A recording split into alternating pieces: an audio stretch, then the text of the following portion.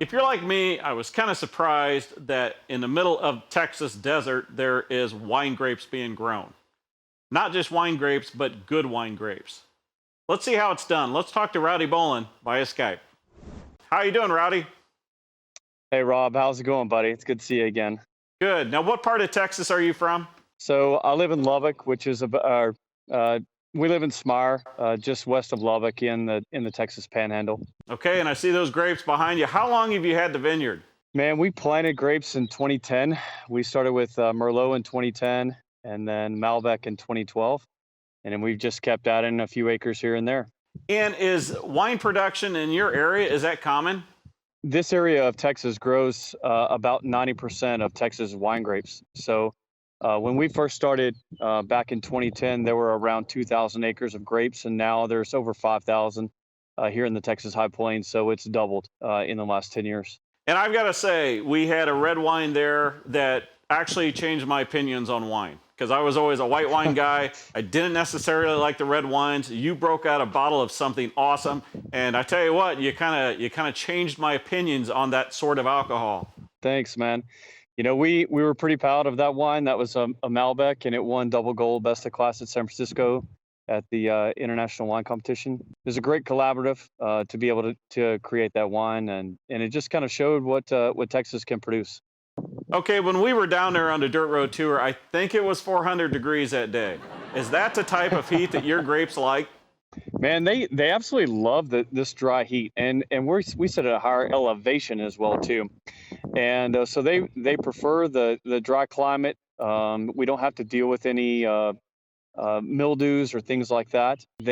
They find this climate to be ideal more than anything. Yeah, they don't have to deal with any mildew, but you have on your social media where the rattlesnakes get up in there.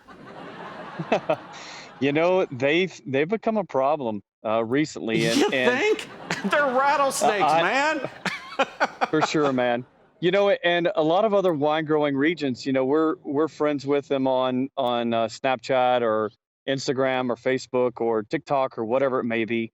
And a lot of these places, they grow cover crops down in the center of their rows, you know, with grass and things like that. And we don't. You can see that my row looks a lot like any other farm would. You know, we keep them very clean. There's no weeds or things like that. And it just so happens is that the rattlesnakes don't like the dirt all that much because they can be seen. And so we clean the rows, we clean underneath the vines. There's nothing in here but soil and grapes. Get your out of here. Go on. Go somewhere else.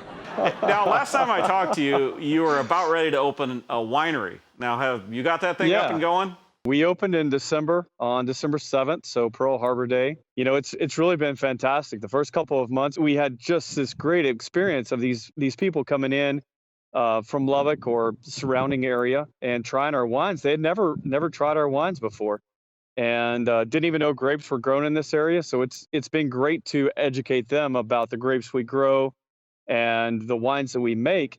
And you can just see a smile come up on their face. So like, oh man, this is really cool. Really kind of appreciate, you know, buying locally made wine from locally made grapes.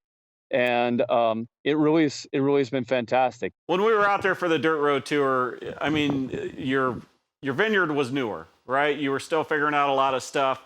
And I remember asking you, what is it like? What's it like to sit out on your back porch and now look at all of this work, everything that you've done come to fruition? What is that feeling like today? It's very rewarding to see it all come up. You know, we had some issues there in the very beginning where we had freezes in 2011, 2012, 2013. And so the years that we potentially could have had a crop, we lost the majority of that crop. And so to see everything growing and just really thriving out here in these conditions, I think is really nice. It makes you feel like you're doing something right, you know? Rowdy, if people want to find you on social media, where do they go?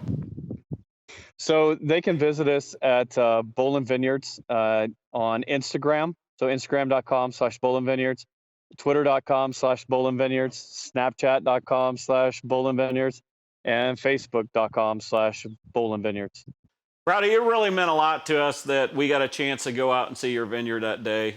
It was amazing. I learned a lot, and you did change my mind on red wine. So I know you're a busy guy, but thank you very much for taking the time to talk to us.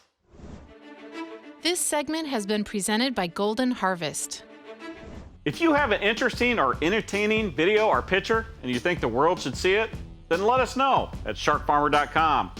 While you're there, check out the What the Farm podcast and the one that started it all, the SharkFarmer podcast. Catch me Monday through Friday on Rural Radio Sirius XM, channel 147, 4 p.m. Eastern, 3 Central. Follow me on Twitter, Instagram, Facebook, and on YouTube.